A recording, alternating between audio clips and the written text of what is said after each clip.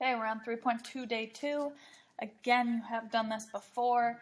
It's the solving by elimination stuff. So my 4 steps, before number 1, we need to put a star here and say you need to line up x and y terms and the equal sign. In order for that thing to even work, those all have to line up. Step 1, multiply one or both equations by a number so you can get opposite coefficients for one of your variables. Okay. Step 2, you're going to add down.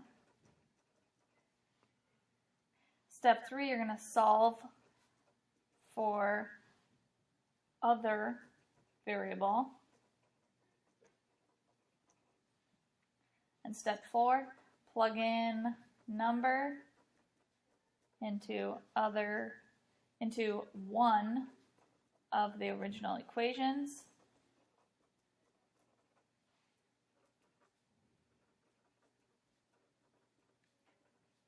To get other variable.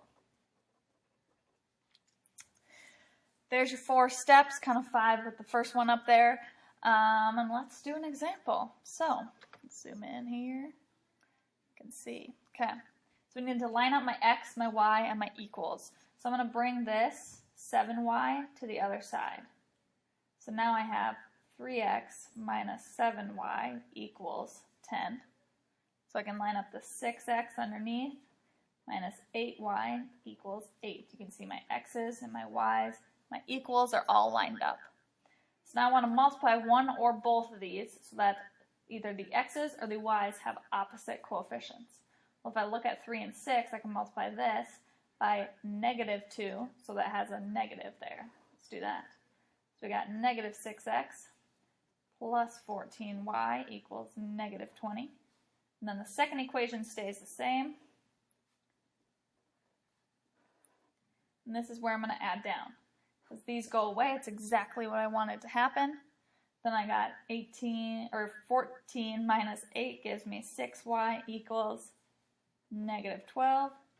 I get y equals negative 2. Now what I want to do is I want to get the x value. So I'm going to choose one of these equations. So I'm going to say 3x equals 7 times negative 2 plus 10 and solve that thing. 3x equals negative 14 plus 10. 3x equals negative 4. So my answer, my point answer, when I divide by 3, I get negative 4/3 and negative 2. That would be my answer. Okay, let's look at this one. Well, we got our x's and our y's and our equals already lined up for us. And we need to multiply one or both to get an opposite coefficient. Well, I got 3 and 9 here. So I'm going to multiply this by 3. This one's already negative. So then when I do that, I got 9x plus 9y equals negative 45. Copy down the second one so that I can add. These go away just like I wanted them to. I got 14x equals negative 42. So that when I divide by 14, I get x equals negative 3. Now I'm going to plug that back into one of these equations. Doesn't matter which one. Let's do the bottom one this time. 5 times negative 3 minus 9y equals 3.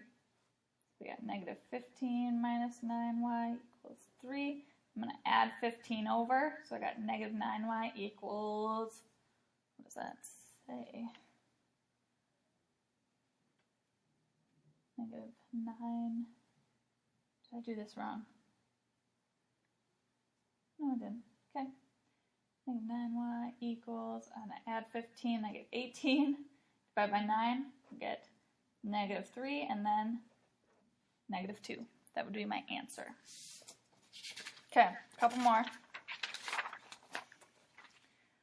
first one on here, it's a little cut off, says negative 4x plus y equals 3, and I got 12x minus 3y equals negative 9. So I got 4 and 12 that I can work with, so I'm going to multiply by 3 here. So then I got negative 12x plus 3y equals 9, and I got 12x minus 3y equals negative 9.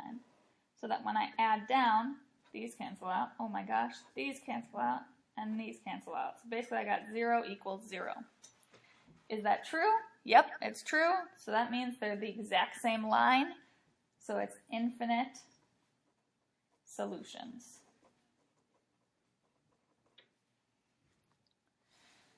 And the last one, let's multiply. Ooh, we gotta multiply the top one. Let's multiply by negative 3. So we have a positive 3 and negative 3. So we got negative 3x plus 6y equals negative 12. And I got 3x minus 6y equals 8. So now when I add these go away and these go away. So I got 0 equals negative 4. Is that true? No. Which means the lines are parallel. And when lines are parallel, they never intersect. So no solution.